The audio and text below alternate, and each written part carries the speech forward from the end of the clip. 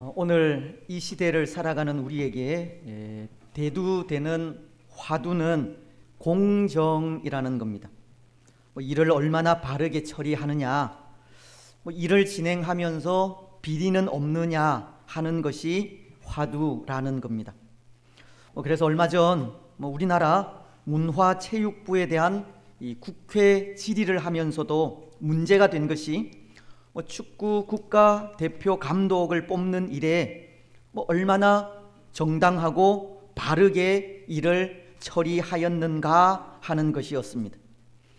체육회의 한 부서를 맡은 수장으로 얼마나 일을 공정하게 처리하였는지 그것이 주된 질의 사항이었다는 겁니다. 아마도 이것은 오늘 이 시대가 절차가 무시되고 불공정하게 진행되는 일이 많다는 것을 보여주는 것이고, 그래서 공정의 중요성을 말하고 있는 것이 아닌가 한데요. 때로 그렇게 공정을 따지는 국회의원 중에는 자기 눈에 티는 보지 못하고 남의 눈에 들보를 보고 지적하는 옥의 티와도 같은 일들이 없잖아 있었지만, 오늘 이 시대는 그렇게 공정한 절차, 공정한 과정, 공정한 결과를 원하는 시대라는 것을 알 수 있는 겁니다. 그런데 여러분, 저는 이 국회의 그 질의응답을 보면서 이 성경에 나오는 두 사람을 떠올릴 수 있었습니다. 그중 한 사람은 이 요셉이라는 사람입니다. 요셉은 우리가 잘 알듯이 그가 살던 당시 모든 나라 가운데 최고의 국력을 가진 이 애굽이라는 나라의 총리가 되었습니다. 근데 그가 그렇게 총리가 되기까지의 삶을 돌아보면 참으로 정직하고 깨끗한 삶이 아닐 수 없었습니다. 때로 요셉이 애굽의 친위 대장인 보디발에게 억울하게 당한 고초는 있지만, 그에 대한 성경의 기록을 보면 그는 보디발의 집에 가정 총무가 되는 기회를 얻을 수 있었기 때문입니다. 창세기서는 39장 4절을 통해 이렇게 말씀하고 있습니다. 요셉이 그의 주인에게 은혜를 입어 섬김에 그가 요셉을 가정 총무로 삼고 자기의 소유를 다 그의 손에 위탁하니. 여러분, 애굽의 친위 대장이 아무에게나 가정 총무를 맡길 수 있겠습니까? 그만큼 요셉의 정직함을 보여주는 모습이 아닌가 합니다. 또 요셉은 보디발의 아내가 유혹하자 이런 행동을 보이기도 하는데요. 창세기서 39장 8절로 9절을 통해서입니다. 요셉이 거절하며 자기 주인의 아내에게 이르되 내 주인이 집안의 모든 소유를 간섭하지 아니하고 다 내 손에 위탁하였으니 이 집에는 나보다 큰 이가 없으며 주인이 아무것도 내게 금하지 아니하였어도 금한 것은 당신뿐이니 당신은 그의 아내임이라. 그런즉 내가 어찌 이 큰 악을 행하여 하나님께 죄를 지으리까. 요셉은 하나님 앞에서도 또 사람 앞에서도 정직하고 깨끗한 삶을 살았다는 겁니다. 그래서 성경은 요셉에 대해 이렇게 말씀하고 있습니다. 창세기서 39장 23절은 간수장은 그의 손에 맡긴 것을 무엇이든지 살펴보지 아니하였으니 이는 여호와께서 요셉과 함께 하심이라. 여호와께서 그를 범사에 형통하게 하셨더라. 요셉은 매사에 정직하고 깨끗한 삶을 살아가게 되었고, 하나님은 그런 요셉과 늘 함께 하셨으며 하나님께서 요셉과 함께 하실 때 요셉은 애굽의 총리가 되기까지 형통한 복을 받게 된 것입니다. 그리고 또 한 사람, 요셉과 함께 생각하게 된 사람은 유다의 총독 느헤미야라는 사람인데요, 이 느헤미야는 유다가 바벨론에 의해 침략을 받고 바벨론에서 포로 생활을 하던 중 해방이 되자 이 총독이라는 임무를 부여받고 유대인들을 이끌고 예루살렘으로 귀환한 지도자입니다. 근데 그가 보여주는 삶의 모습도 한 나라의 지도자로서 시사하는 바가 참으로 큽니다. 특히 느헤미야서 5장 15절은 느헤미야에 대해 이런 말씀을 하십니다. 나보다 먼저 있었던 총독들은 백성에게서 양식과 포도주와 또 은 40세겔을 그들에게서 빼앗았고, 또한 그들의 종자들도 백성을 압제하였으나 나는 하나님을 경외함으로 이같이 행하지 아니하고. 느헤미야는 이런 말을 한 것입니다. 나는 하나님을 경외함으로 이같이 행하지 아니하고. 무슨 말씀이냐 하면, 당신은 이 포로에서 돌아온 이스라엘 백성들을 주인의 나라인 바벨론에서 지명한 총독에 의해 다스리게 하였는데요, 이 느헤미야 이전의 총독들은 백성들을 통치할 때 많은 세금을 부과하여 고통을 주기도 하고 또 부담스러운 공역을 지워서 백성들을 괴롭히기도 한 것입니다. 하지만 느헤미야는 그렇게 하지 않았다는 겁니다. 그는 백성들을 선하게 다스렸고 고통 가운데 있는 백성들을 어떻게 하면 도울 수 있을까를 궁리하며 통치하였다는 겁니다. 그런데 그가 그렇게 백성들을 선하게 통치하기까지 하나님을 경외하기에 그렇게 하였다는 겁니다. 나는 하나님을 경외함으로 이같이 행하지 아니하고. 느헤미야는 하나님을 두려워하고 하나님 앞에서 정직한 삶을 살았기에 이 백성들을 위한 선한 정치를 할 수 있었다는 겁니다. 여러분, 물론 오늘 이 세상에 완벽한 사람들은 있을 수 없지만 요셉과 느헤미야를 보면서 이런 사람이라면 모든 일을 공정하고 바르게 처리할 수 있지 않을까를 생각하게 됩니다. 오늘 이 땅 위에 지도층에 있는 사람들의 공정하지 못한 모습을 바라보면서 요셉이나 느헤미야와도 같이 올곧고 깨끗하며 정직한 지도자를 동경하지 않을 수 없는 겁니다. 사실 교회도 마찬가지이지 않습니까? 교회도 정직하고 깨끗한 지도자가 필요하다는 겁니다. 그래서 초대교회 당시 사도들을 대신할 일꾼들을 선택할 때 얼마나 신중에 신중을 기하였는지 모릅니다. 사도들을 대신하여 일할 집사를 선택할 때 아무나 선택하지 않았다는 겁니다. 사도행전 6장은 3절을 통해 이렇게 말씀하시기 때문입니다. 형제들아, 너희 가운데서 성령과 지혜가 충만하여 칭찬받는 사람 7을 택하라. 우리가 이 일을 그들에게 맡기고. 초대교회는 성령과 지혜가 충만하고 칭찬받는 사람들을 집사로 선택하게 된 것입니다.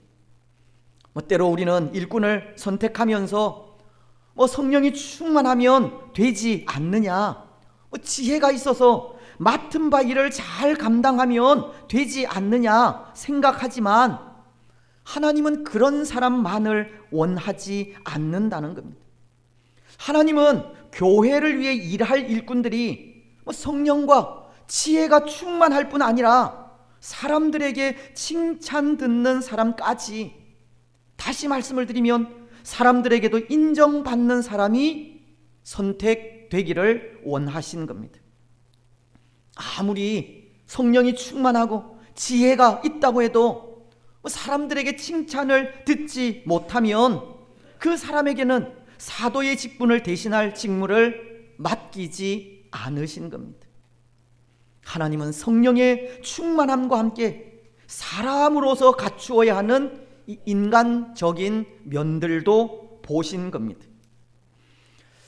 여러분, 하나님께서 직분자를 선택하실 때 그렇게 인간적인 면도 보신다는 것을 생각할 때 오늘 우리는 어떠한 생각이 드십니까? 느헤미야가 나는 하나님을 경외함으로 이같이 행하지 아니하고 라고 하면서 하나님을 경외함으로 하나님 눈앞에서 정직하고 바르게 행했다는 고백을 하듯 오늘 우리도 하나님 보시는 그 눈앞에서 거짓 없는 삶을 살아야 하는 겁니다. 항상 정직해야 하고 순결한 삶을 살아가야 하며 어떠한 일들 속에서도 흠이 될 일이 없어야 합니다. 아마도 여러분들은 여러분 나름대로 개인의 기도의 제목들이 있으리라 생각합니다. 저도 기도할 때마다 빠지지 않는 기도의 제목이 있다면 그것은 항상 정직하고 진실하며 성실하게 해달라라는 기도의 제목입니다. 하나님 앞에서도 사람 앞에서도 부끄러움 없는 삶을 살아가기를 기도하고 있다는 겁니다. 그럼에도 여전히 부족하지만 정직한 삶, 순결한 삶을 살고자 하는 것이 저의 기도 제목 가운데 하나입니다. 오늘 우리도 요셉처럼 또 느헤미야처럼 하나님을 경외함으로 그 앞에 항상 정직하고 깨끗한 삶을 살아가야 합니다. 때로 우리 역시도 부패하고 패역한 인생이기에 흠과 점이 없을 수는 없지만 그래도 하나님 앞에서 항상 깨끗하고 진실하고 정직한 삶을 살아가셔야 합니다. 여러분, 오늘 우리가 읽은 본문이 바로 그것을 가르치고 있습니다. 오늘 8절로 10절은 이렇게 말씀하고 있지 않습니까? 보라, 너희가 무익한 거짓말을 의존하는도다. 너희가 도둑질하며 살인하며 간음하며 거짓 맹세하며 바알에게 분향하며 너희가 알지 못하는 다른 신들을 따르면서 내 이름으로 일컬음을 받는 이 집에 들어와서 내 앞에서 서서 말하기를 우리가 구원을 얻었나이다 하느냐. 이는 이 모든 가증한 일을 행하려 함이로다. 하나님은 선지자 예레미야를 통해 당시 유대 백성들이 도둑질과 음행과 살인 등 여러 가지 죄를 지으면서도 태연하게 하나님의 성전에 오고 가는 것을 보고 내 이름으로 일컬음을 받는 이 집이 너희 눈에는 도둑의 소굴로 보이느냐고 책망하시는 말씀을 하신 겁니다. 하나님 앞에 거짓된 삶을 살아가는 유대인들에게 거짓되고 깨끗하지 못한 모습을 버리고 새로움을 입기 원하는 말씀을 하신 겁니다. 하나님의 백성으로서 항상 하나님께서 원하시는 삶을 살기를 원하셨다는 겁니다.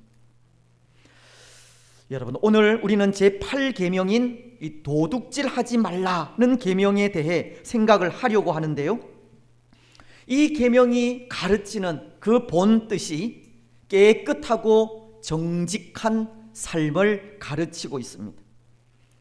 소교리 문답을 보면 제74문을 통해 이 계명에 대해 이렇게 가르치고 있습니다.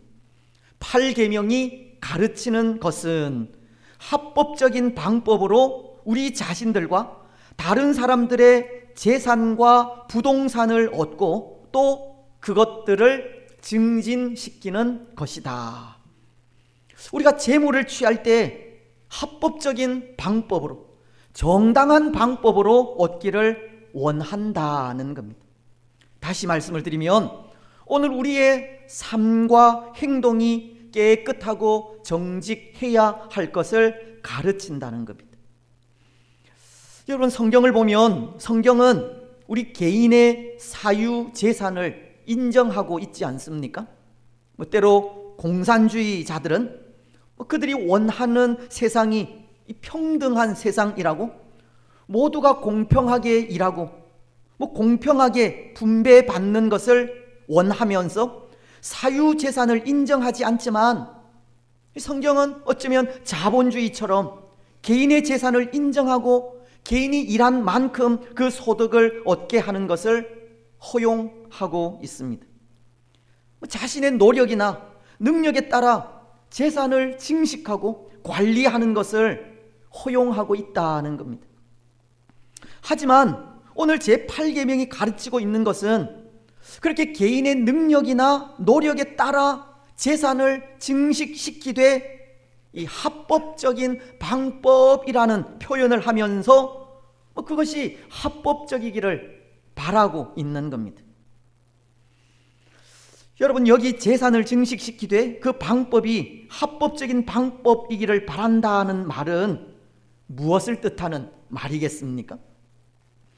또 이 말은 제8계명인 도둑질하지 말라는 계명과 어떠한 관계가 있겠습니까? 물론 도둑질하지 말라는 계명이 가르치는 의도는 남의 것을 훔치지 말라는 뜻으로 사용이 되지만, 또한 도둑질에는 이 합법적이지 않는 방법으로 남의 것을 빼앗는 경우도 있다는 것을 말하는 겁니다. 그런 불법적인 방법으로 부를 축적하지 말라고 가르치는 말씀이라는 겁니다. 예를 들면 땅 투기를 해서 부당한 차익을 올린다든지, 취득한 소유에 대한 정당한 세금을 내지 않는 것, 또는 권력을 이용하여 대출을 받아 이자를 내지 않는 그 모든 것들이 다 합법적이지 않는 방법입니다. 성경은 남의 물건을 훔치는 것 이외에 이렇게 부당한 방법을 사용하여 재산을 모으는 것도 도둑질이라고 한다는 겁니다. 개인의 능력에 따라서 부를 증식하고 축적하는 것은 인정하지만 정당하지 못한 방법이나 부당한 차익으로 인해 부를 축적하였다면 그것 또한 도둑질이라고 하는 겁니다. 여러분, 그런 의미에서 오늘 우리는 이 계명이 요구하듯 이 합법적이지 않는 방법으로 재물을 얻을 생각을 하지 않았으면 좋겠습니다. 정당하지 못한 방법으로 부를 축적하려 하지도 마시기 바랍니다. 근데 때로 그렇게 부를 얻는 방법도 있는 것 같습니다. 어쩌면 오늘 우리도 한 번씩은 다 해보셨을 텐데요. 추첨을 통해서 재물을 얻는다든지 복권을 사서 부를 얻는 경우입니다. 여러분, 이런 경우는 어디에 속하겠습니까? 이것은 부당한 방법은 아닌 것 같지만 그렇다고 정상적인 수입 또한 아닌 것 같습니다. 이런 경우는 어떻게 보아야 하겠습니까? 우리가 은행에 예금한 돈의 이자처럼 생각하면 되겠습니까? 저는 어릴 때 이 주택 복권을 산 일로 아버지에게 호되게 야단을 맞은 적이 있습니다. 정당하게 일한 대가가 아니라고 하는 이유에서입니다. 때로 사람들은 공짜를 좋아하지만 성경은 정당하게 일해서 얻은 대가를 인정하는 겁니다. 창세기서는 3장 19절을 통해 이렇게 말씀하고 있습니다. 네가 흙으로 돌아갈 때까지 얼굴에 땀이 흘러야 먹을 것을 먹으리니 네가 그것에서 취함을 얻었음이라. 우리 인생은 범죄한 이후 지음 받은 흙으로 돌아갈 때까지 얼굴에 땀을 흘려야, 즉 정당하게 일한 것을 통해 그 대가를 누리기를 원하고 있는 겁니다. 또 데살로니가 후서는 3장 10절을 통해 이렇게 말씀하십니다. 우리가 너희와 함께 있을 때에도 너희에게 명하기를 누구든지 일하기 싫어하거든 먹지도 말게 하라 하였더니. 물론 이 말씀의 뜻은 다른 사람에게 충고할 시간이 있으면 내게 주어진 일에 더 충실하라 라는 의미도 포함된 말씀이지만, 일하기 싫어하거든 먹지도 말게 하라고 이 노동을 통한 대가로 식물을 취하게 하고 있는 겁니다.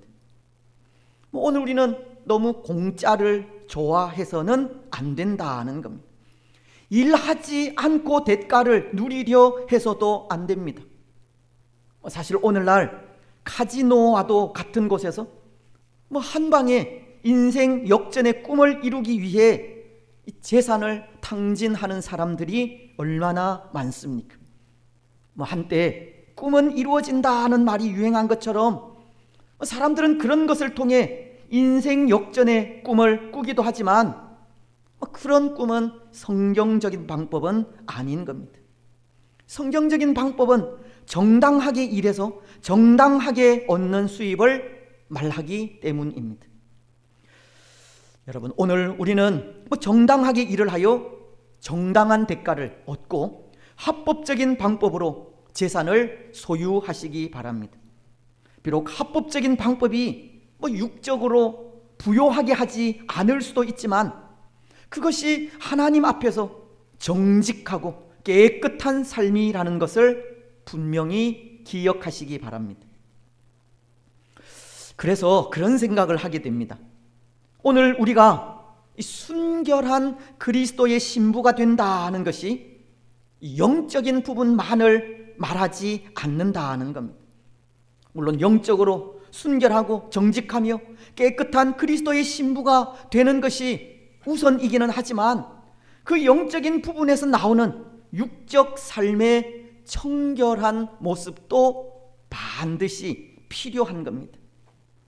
오늘 본문 말씀이 유다 백성들을 향해 그들이 하나님의 전에 나아오기는 하지만 그 삶은 도둑질하고 살인하며 간음하고 거짓 맹세하는 삶을 아무렇지도 않게 살아간 것을 책망하고 있듯이 이 육적인 면에 있어서도 깨끗하지 않으면 순결한 그리스도의 신부라 할 수 없다는 겁니다. 순결한 그리스도의 신부는 둘째치고라도 그 육적인 범죄는 오히려 영적 어두움으로 찾아오게 됩니다. 영적으로 둔감하게 된다는 겁니다. 여러분, 오늘 우리는 순결한 그리스도의 신부가 되시기 바랍니다. 모든 일에 정직하고 부끄러움 없는 삶을 살아가시기 바랍니다. 정당한 방법으로 정당한 대가를 얻으시기 바랍니다. 그래서 그런 삶을 통해 도둑질하지 말라고 하시는 제8계명을 잘 지켜가시기 바랍니다. 또 하나, 오늘 이 도둑질하지 말라는 제8계명이 가르치는 것이 있는데요, 그것은 하나님의 것과도 관계가 있습니다. 오늘 도둑질하지 말라는 계명이 남의 것을 훔친다든지 부당한 이익을 취한다든지 합법적이지 않게 이득을 취하는 것을 경계하고 또 합당한 일을 통해 정당한 대가를 얻게 하여 이 물질적으로 범죄하지 못하게 하는 것에 교훈을 주고 있지만, 또 이 제8계명은 하나님에 대한 성도의 이 물질적 의무에도 적용을 할 수 있다는 겁니다. 말라기서는 3장 8절을 통해 이렇게 말씀하고 있습니다. 사람이 어찌 하나님의 것을 도둑질하겠느냐? 그러나 너희는 나의 것을 도둑질하고도 말하기를 우리가 어떻게 주의 것을 도둑질하였나이까 하는도다. 이는 곧 11조와 봉헌물이라. 하나님께 드려야 하는 11조와 여러 종류의 연보를 성경이 말씀하는 그대로 드리지 않을 때 그것을 하나님의 것을 도둑질한 것이라 말하고 있는 겁니다.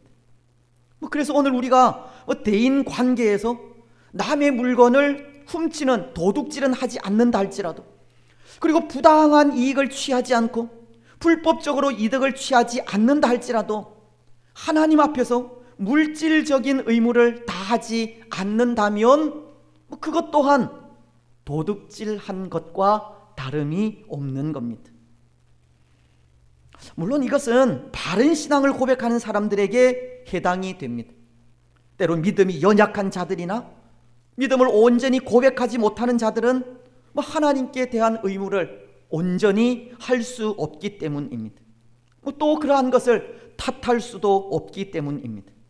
하지만 바른 신앙을 고백한다는 사람들이 신앙인의 의무를 바르게 이행하지 않으면 그것은 하나님 앞에 도둑질하는 행위가 된다는 겁니다.